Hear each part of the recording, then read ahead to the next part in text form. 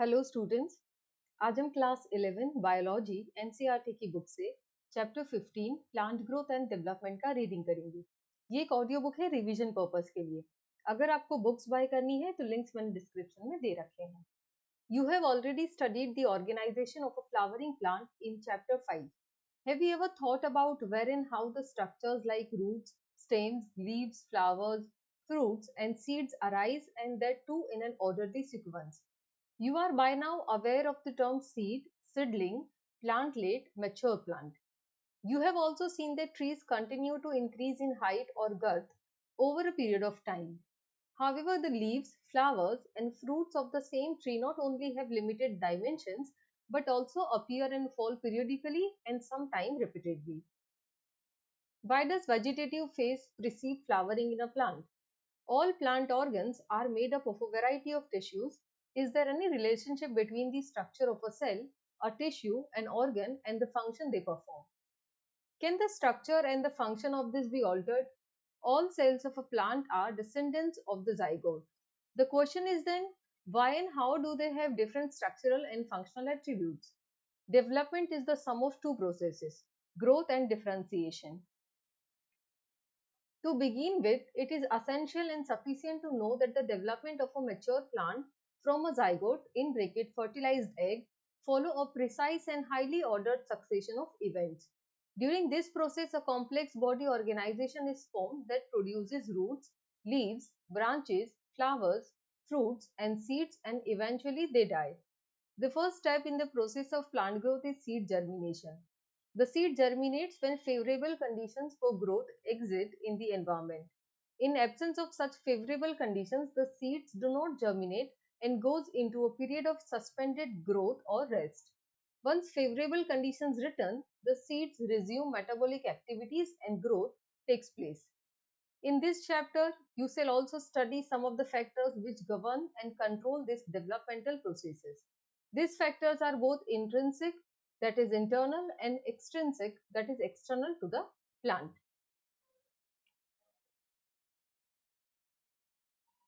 15.1 Growth.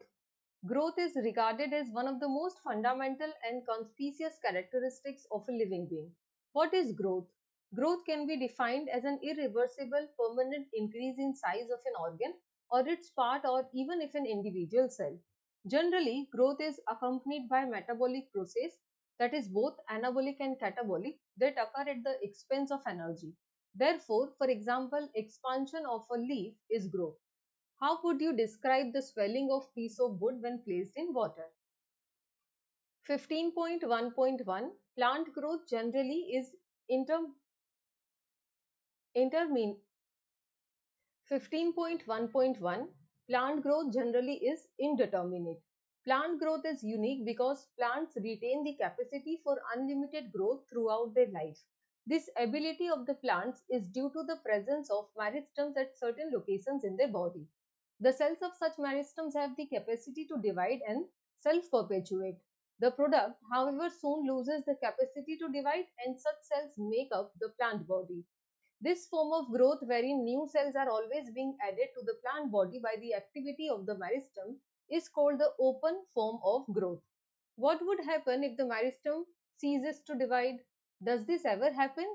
In this chapter 6, you have studied about in the chapter 6, you have studied about the root apical meristem and the shoot apical meristem.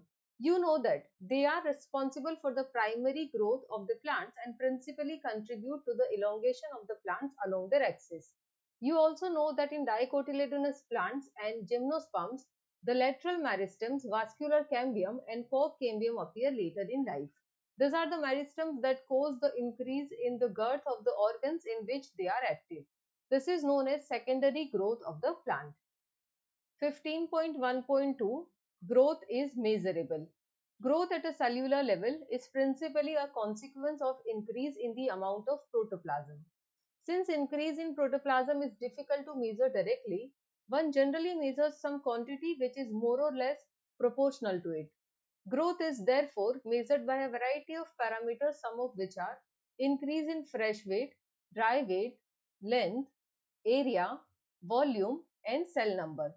You may find it amazing to know that one single maize root apical meristem can give rise to more than 17,500 new cells per hour, whereas cells in a watermelon may increase in size by up to 3,50,000 times.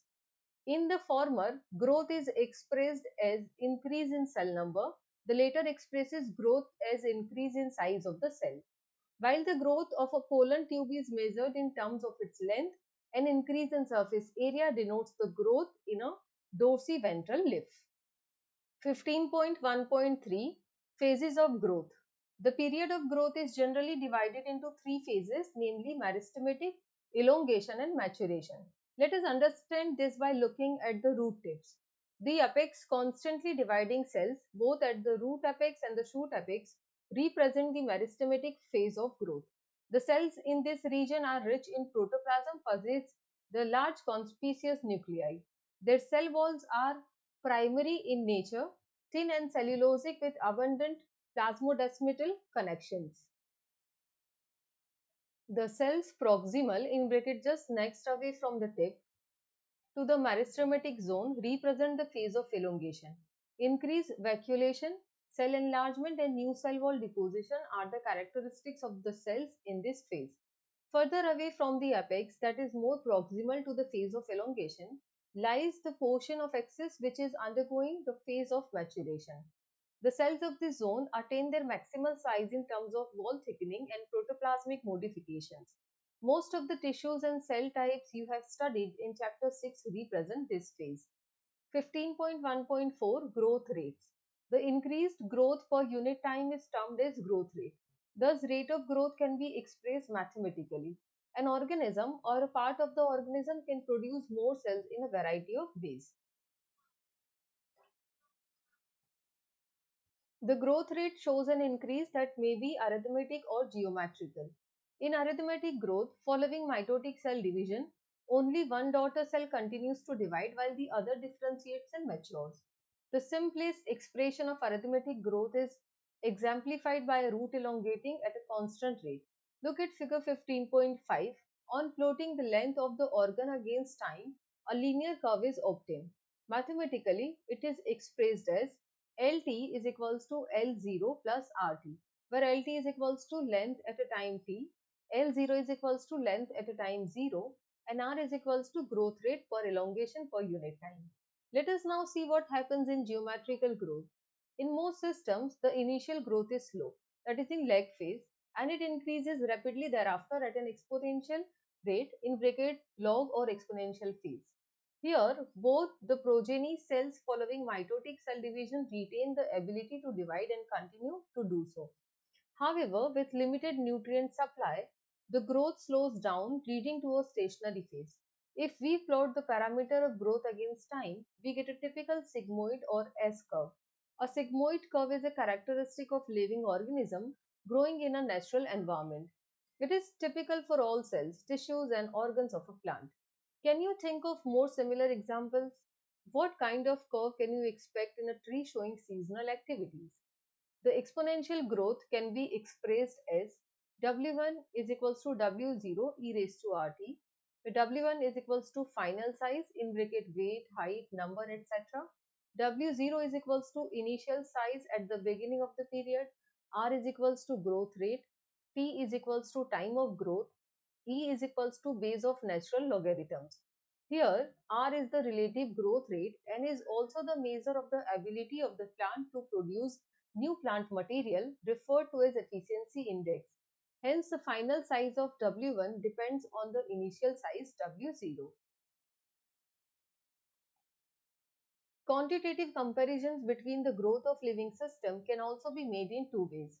First, measurement and the comparison of total growth per unit time is called the absolute growth rate. Second, the growth of the given system per unit time expressed on a common basis. For example, per unit initial parameter is called the relative growth rate. In figure 15.7, two leaves A and B are drawn that are of different sizes but shows absolute increase in area in the given time to give leaves A1 and B1. However, one of them shows much higher relative growth rate. Which one and why?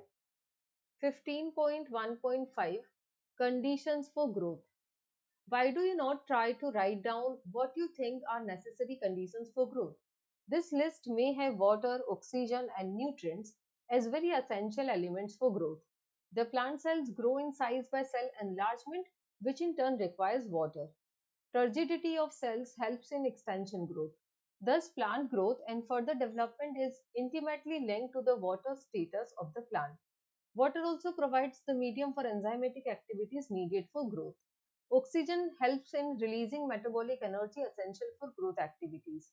Nutrients, in bracket macro and micro essential elements, are required by plants for the synthesis of protoplasm and act as a source of energy. In addition, every plant organism has an optimum temperature range best suited for its growth. Any deviation from this range could be detrimental to its survival. Environmental signals such as light and gravity also affect certain phases/stages of growth. 15.2 Differentiation, dedifferentiation, and redifferentiation. The cells derived from root apical and shoot apical meristems and cambium differentiate and mature to perform specific functions. This act leading to maturation is termed as differentiation. During differentiation, cells undergo few to major structural changes both in their cell walls and protoplasm. For example, to form a trachary element, the cells would lose their protoplasm. They also develop a very strong elastic lignocellulosic secondary cell walls to carry water to long distances even under extreme tension. Try to correlate the various anatomical features you encounter in plants to the functions they perform. Plants show another interesting phenomenon. The living differentiated cells that by now have lost the capacity to divide can regain the capacity of division under certain conditions. This phenomenon is termed as dedifferentiation. For example, formation of meristems, interfascicular cambium, and cork cambium from fully differentiated parenchyma cells. While doing so, such meristems/tissues are able to divide and produce cells that once again lose the capacity to divide but mature to perform specific functions, that is, get redifferentiated. List some of the tissues in a woody dicotyledonous plant that are the products of redifferentiation. How would you describe a tumor? What would you call the parenchyma cells that are made to divide under controlled laboratory conditions during plant tissue culture? Recall in section 15.1.1, we have mentioned that the growth in plants is open, that is, it can be indeterminate or determinate. Now, we may say that even differentiation in plants is open because cells or tissues arising out of the same meristem have different structures at maturity. The final structure at maturity of a cell or tissue is also determined by the location of the cell within.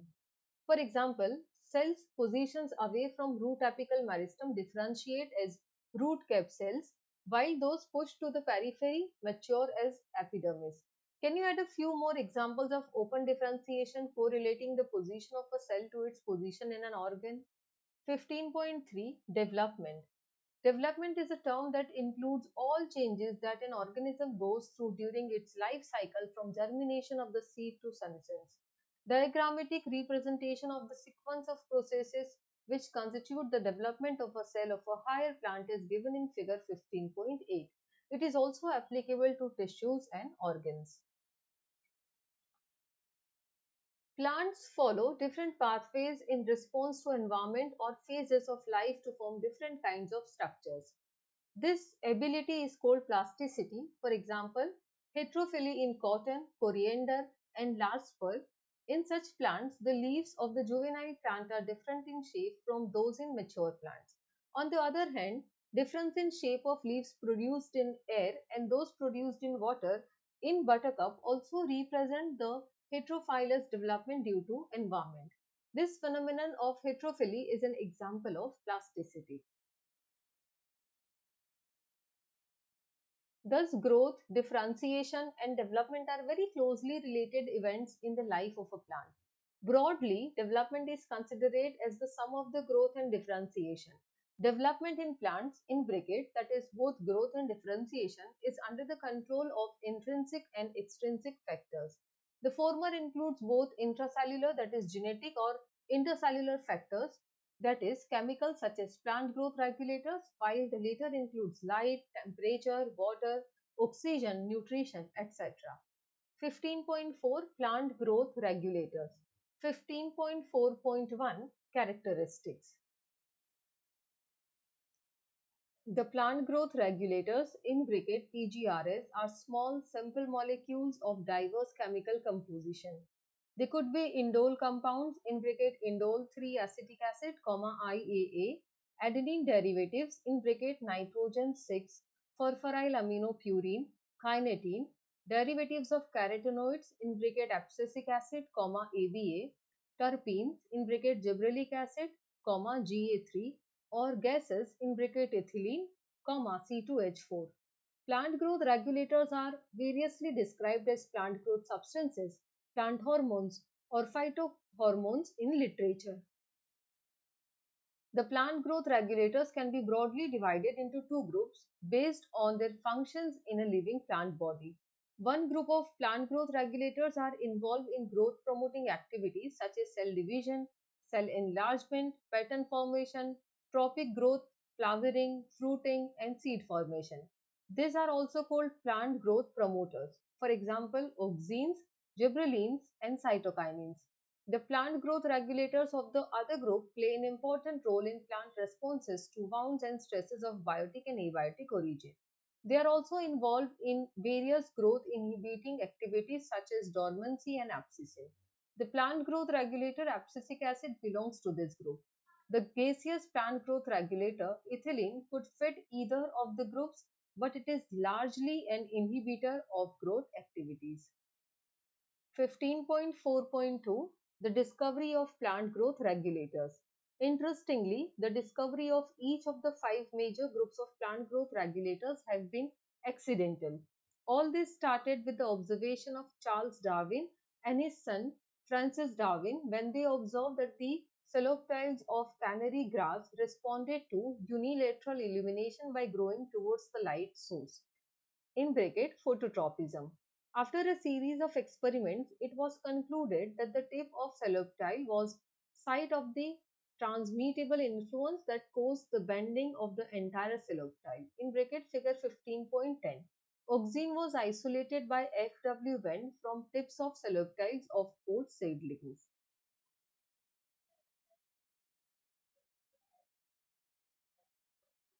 The Bakane in bracket foolish seedling disease of rice seedlings was caused by fungal pathogen Gibberella fujikuroi. E. Kurosawa in bracket 1926 reported the appearance of symptoms of the disease in rice seedlings when they were treated with sterile filtrates of the fungus. The active substances were later identified as gibberellic acid. F. Skoog and his co-workers observed that from the internodal segments of tobacco stems, the callus, in bracket a mass of undifferentiated cells, proliferated only if, in addition to auxins, the nutrients medium was supplemented with one of the following: extracts of vascular tissue, yeast extract, coconut milk, or DNA. Miller et al. In bracket 1955 later identified and crystallized the cytokinesis promoting active substance that they term kinetin. During mid-1960s, three independent researchers reported the purification and chemical characterization of three different kinds of inhibitors: inhibitor B, abscission 2, and dormine. Later, all the three were proved to be chemically identical. It was named abscisic acid in bracket ABA. H. Cousin in 1910 confirmed the release of a volatile substance from ripened organs that hastened the ripening of stored unripened bananas. Later, this volatile substance was identified as ethylene, a gaseous plant growth regulator. Let us study some of the physiological effects of these five categories of plant growth regulators in the next section. 15.4.3 Physiological effects of plant growth regulators. 15.4.3.1 Auxins. Auxins, in bracket from Greek auxein, to grow, was first isolated from human urine. The term auxin is applied to the indole 3 acetic acid and to other natural and synthetic compounds having certain growth regulating properties. They are generally produced by the growing apex of the stems and roots from where they migrate to the regions of their action. Auxins like IAA and indole butyric acid have been isolated from plants. Naphthalene acetic acid and 2,4-dichlorophenoxyacetic are synthetic auxins. All these auxins have been used extensively in agricultural and horticultural practices. They help to initiate rooting in stem cuttings, an application widely used for plant propagation. Auxins promote flowering, for example, in pineapples. They help to prevent fruit and leaf drop at early stages but promote the abscission of older mature leaves and fruits. In most higher plants, the growing apical bud inhibits the growth of the lateral, that is axillary buds, a phenomenon called apical dominance. Removal of shoot tips usually results in the growth of lateral buds. It is widely applied in tea plantation, hedge making. Can you explain why? Auxins also induce parthenocarpy, for example in tomatoes. They are widely used as herbicides. 2,4-D, widely used to kill dicotyledonous weeds, does not affect mature monocotyledonous plants. It is used to prepare weed-free lawns by gardeners. Auxin also controls xylem differentiation and helps in cell division. 15.4.3.2 Gibberellins. Gibberellins are another kind of promontory PGR. There are more than 100 gibberellins reported from widely different organisms such as fungi and higher plants. They are denoted as GA1, GA2, GA3 and so on. However, gibberellic acid, that is GA3, was one of the first gibberellins to be discovered and remains the most intensively studied form. All gibberellins are acidic. They produce a wide range of physiological responses in the plants. Their ability to cause an increase in length of axis is used to increase the length of grape stalks. Gibberellins cause fruits like apple to elongate and improve its shape. They also delay senescence. Thus, the fruits can be left on the tree longer so as to extend the market period. GA3 is used to speed up the malting process in brewing industry. Sugarcane stores carbohydrate as sugar in the stems. Spraying sugarcane crop with gibberellins increases the length of the stem, thus increasing the yield by as much as 20 tons per acre. Spraying juvenile conifers with gibberellins hastens the maturity period, thus leading to early seed production. Gibberellins also promotes bolting in bracket internode elongation just prior to flowering in beet, cabbages, and many plants with rosette habit. 15.4.3.3 Cytokinins. Cytokinins have specific effects on cytokinesis and were discovered as kinetin, in bracket a modified form of adenine or purine, from the autoclaved herrings from DNA. Kinetin does not occur naturally in plants. Search for natural substances with cytokinin-like activities led to the isolation of zeatin from corn kernels and coconut milk. Since the discovery of zeatin, several naturally occurring cytokinins and some synthetic compounds with cell division promoting activity have been identified. Natural cytokinins are synthesized in regions where rapid cell division occurs. For example, root apices, developing shoot buds, young fruits, etc. It helps to produce new leaves, chloroplast in leaves, lateral shoot growth, and adventitious shoot formation. Cytokinins help overcome the apical dominance. They promote nutrient mobilization, which helps in the delay of leaf senescence.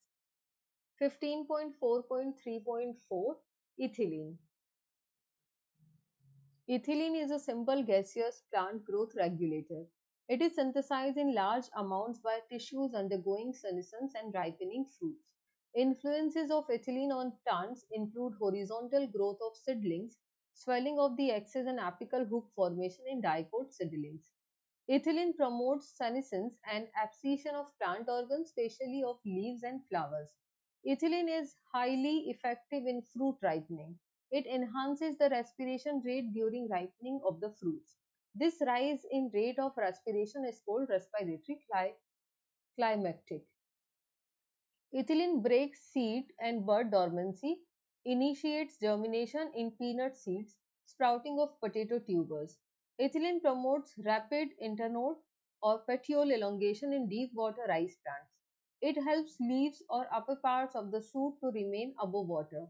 Ethylene also promotes root growth and root hair formation, thus helping the plants to increase their absorption surface. Ethylene is used to initiate flowering and for synchronizing fruit set in pineapples.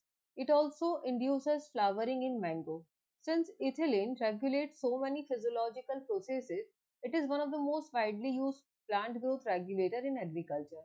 The most widely used compound as source of ethylene is ethanophone. Ethaphone Ethaphone in an aqueous solution is readily absorbed and transported within the plant and releases ethylene slowly. Ethaphone hastens fruit ripening in tomatoes and apples and accelerates abscission in flowers and fruits. In bracket thinning of cotton, cherry, walnut. It promotes female flowers in cucumbers, thereby increasing the yield. 15.4.3.5 Abscisic acid. As mentioned earlier, abscisic acid was discovered for its role in regulating abscission and dormancy. But like the other plant growth regulators, it also has other wide ranging effects on plant growth and development. It acts as a general plant growth inhibitor and an inhibitor of plant metabolism. Abscisic acid inhibits seed germination. Abscisic acid stimulates the closure of stomata and increases the tolerance of plants to various kinds of stresses. Therefore, it is also called the stress hormone. Abscisic acid plays an important role in seed development, maturation, and dormancy. By inducing dormancy, abscisic acid helps seeds to withstand desiccation and other factors unfavorable for growth. In most situations, abscisic acid acts as an antagonist to GAS. We may summarize that for any and every phase of growth, differentiation and development of plants, one or the other plant growth regulator has some role to play. Such roles could be complementary or antagonistic. This could be individualistic or synergistic. This GA means gibberellins.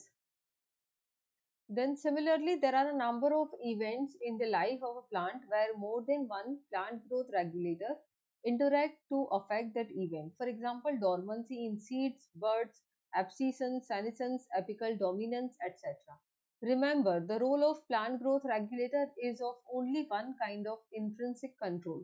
Along with genomic control and extrinsic factors, they play an important role in plant growth and development. Many of the extrinsic factors such as temperature and light control plant growth and development via plant growth regulator. Some of such events could be vernalization, flowering, dormancy, seed germination, plant movements, etc. We shall discuss briefly the role of light and temperature, implicate both of them, the extrinsic factors on initiation of flowering.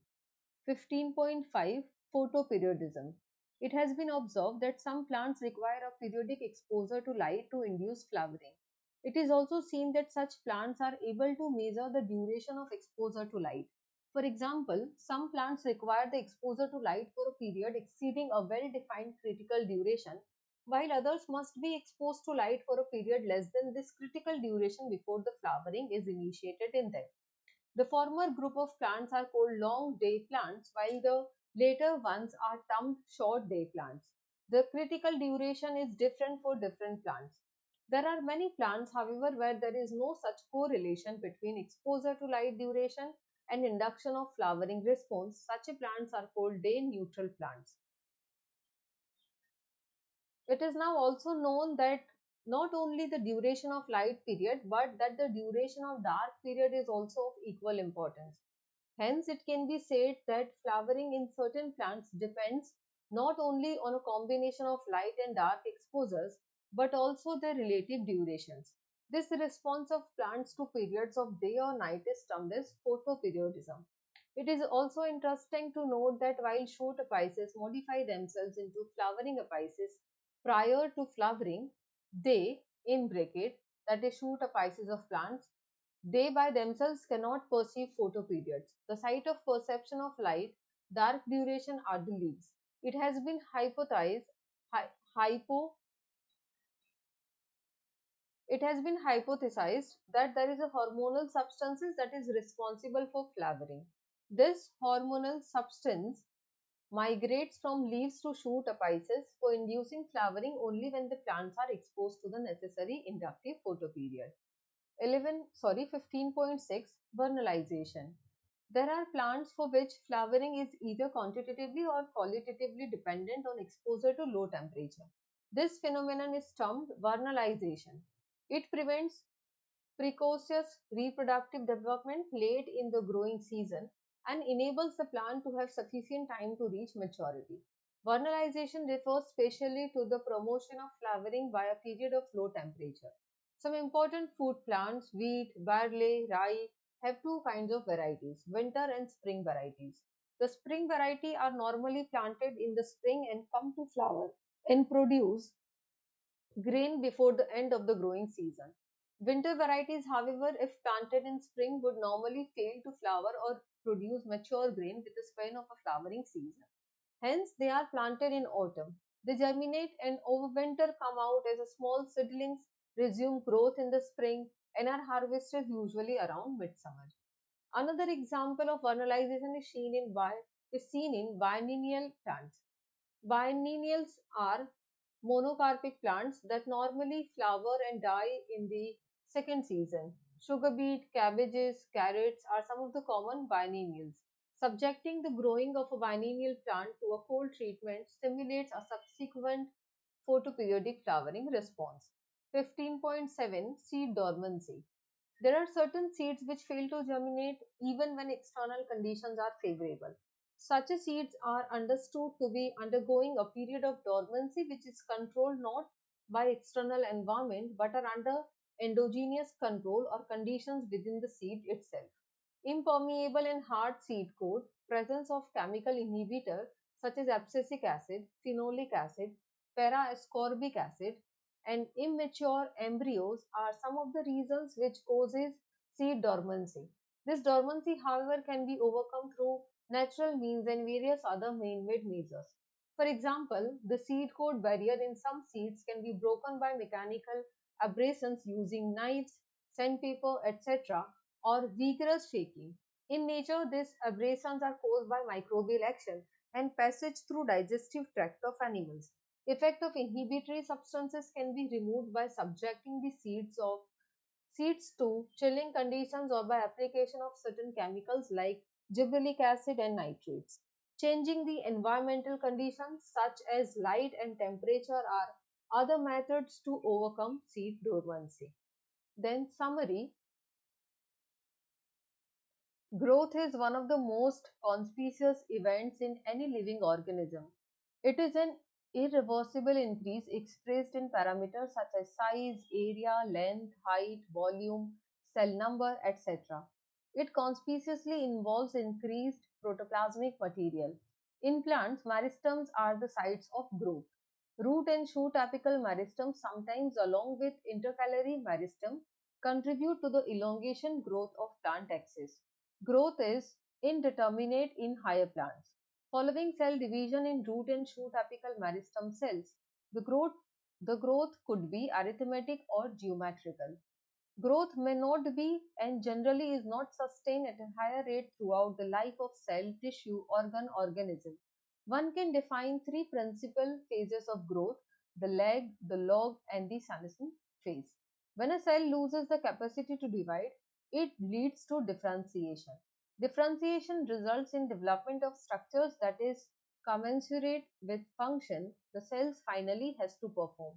General principles for differentiation for cell, tissues, and organs are similar. A differentiated cell may be differentiated and then redifferentiated. Since differentiation in plants is open, the development could also be flexible. That is, the development is the sum of growth and differentiation. Plant exhibit plasticity in development. Plant growth and development are under the control of both intrinsic and extrinsic factors. Intercellular intrinsic factors are the chemical substances called plant growth regulators. There are diverse groups of plant growth regulators in plants, principally belonging to five groups: auxins, gibberellins, cytokinins, abscisic acid, and ethylene. This PGR, that is plant growth regulator, are synthesized in various parts of the plant. They control different differentiation and developmental events. Any plant growth regulator has diverse physiological effects on plants. Diverse PGR, that is plant growth regulators, also manifest similar effects. Plant growth regulators may act synergistically or antagonistically. Plant growth and development is also affected by light, temperature, nutrition, oxygen status, gravity, and such external factors. Flowering in some plant is induced only when exposed to certain duration of photoperiod. Depending on the nature of photoperiod requirements, the plants are called short day plants, long day plants, and day neutral plants. Certain plants also need to be exposed to low temperatures so as to hasten flowering later in life. This treatment is known as vernalization.